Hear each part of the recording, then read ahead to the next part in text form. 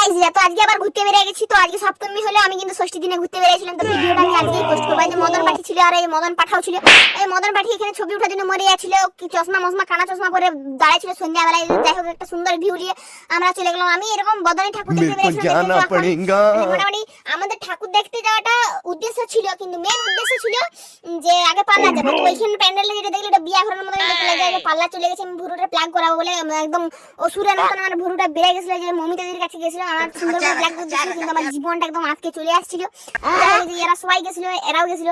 দিয়ে আমি ভুরুটা প্লাগ করার পরে দেখতে হচ্ছে আমাকে যে এরকম দেখতে লাগছিল। দিয়ে আমরা ঠাকুর দেখা শুরু করে দিলাম একটা একটা করে।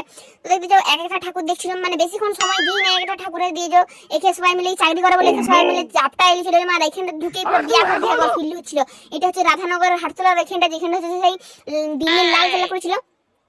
তো দেখতেই পাচ্ছ ব্যাপক সুন্দর করেছে প্যান্ডেলটা। এখানে গিয়ে একটা বান্ধবীর সঙ্গে দেখা গেল, যখন হাগলার যে দাঁত পিছিয়ে পড়ে আছে। এটা হচ্ছে পুরী জগন্নাথ ধাম, এটা হচ্ছে আমলাগুড়াতে হয়েছিল, আমলাগুড়াতে। তো যাই হোক ওখানে আমার বদন একটু দেখে দিলাম, আর এই যে ভিতরের মধ্যে ভিড় দেখো। তারপরে এখানে মাস্টারের সঙ্গে দেখা গেছিল, মাস্টার এখানে বলছে ব্যাপক সুন্দর লেগেছে। তারপরে হচ্ছে বড় একটা প্যান্ডেলে গেছিলাম, যেটা হচ্ছে ধারকে এখন বিখ্যাত হয়েছে নীলকণ্ঠ ধাম। তো দেখতে লাগছে দেখো প্যান্ডেলটা পুরো সোনার মতন লাগছে, সোনার মতন চকচক করছে, এবারে ঝকমক প্যান্ডেল করেছে।